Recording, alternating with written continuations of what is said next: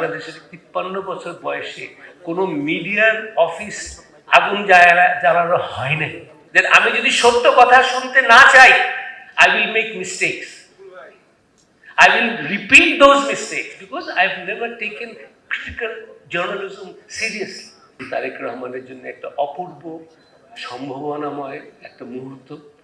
শুধু যে উনি নতুন নেতৃত্ব দেবেন তা না, স্বাভাবিক যদি ক্ষমতায় পরিবর্তন হতো তাহলেও একটা নতুন নেতৃত্বের কাছে যে আসে, যে চ্যালেঞ্জ আসে, এখনের চ্যালেঞ্জটা আরো গভীর। এমন তো না যে খুব একটা সুন্দর ইলেকশনের মাধ্যমে পার্টি বদলাচ্ছে, উনি আসলেন।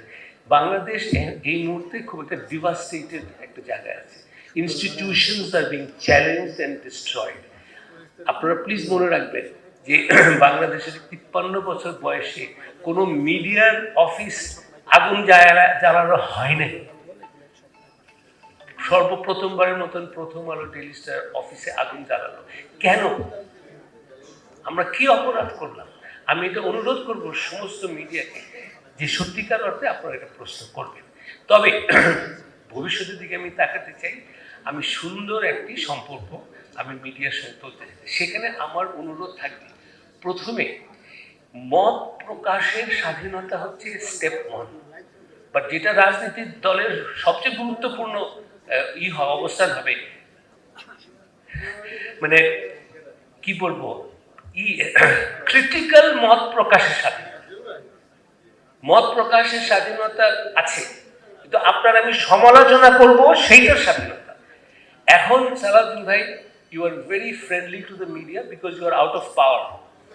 আপনি ক্ষমতায় গেলে আপনি কেমন হবেন সেটা আমরা যখন দেখব যে আপনি একই রকম উদার, একই রকম ভাবে আপনি গ্রহণ করছেন সমালোচনা।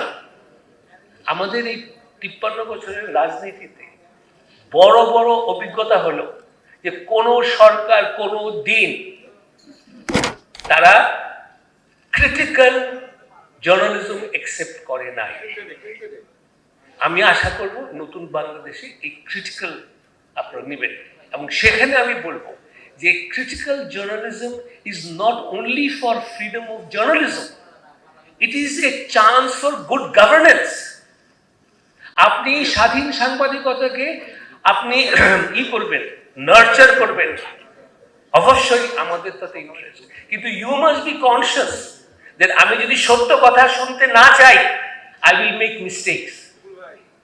I will repeat those mistakes because I've never taken critical journalism seriously.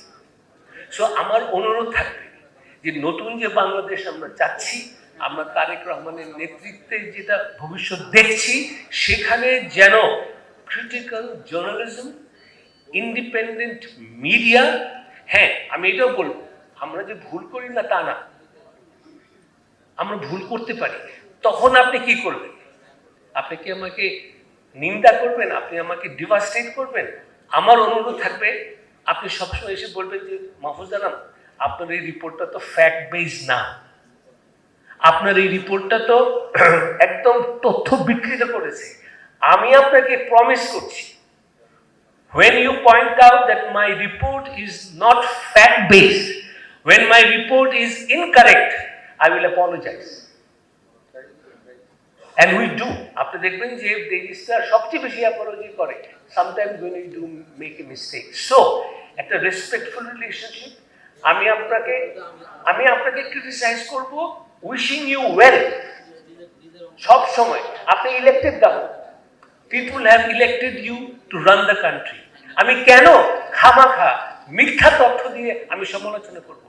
আমি সমালোচনা করব ওই মানসিকতা নিয়ে যে এটা নির্বাচিত সরকার সত্যিকার অর্থে গণতন্ত্রের দিকে যায়, মানুষের চাহিদার দিকে যায়। Because bureaucracy will never tell you the truth, because your intelligence agency will never tell you the truth, even your party colleagues will not tell you the truth, because আপনার সামনে এসে সে বললো যে বিএনপি তো লোকে সমালোচনা করে, তার ভবিষ্যৎ কি হবে সে তো জানে না।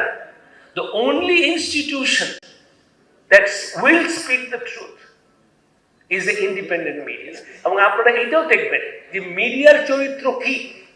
আমি একটা লেখা লিখছিলাম যে অনেক সম্পাদক মালিকের পিয়ারও হয়ে যায়। Do not fall a victim to editors who become PROs of owners. আপনাদের পার্টি থেকে একটা ইন্ডিপেন্ডেন্ট সার্ভে করেন, কোন সংবাদপত্র, কোন টিভি ইন্ডিপেন্ডেন্টলি করে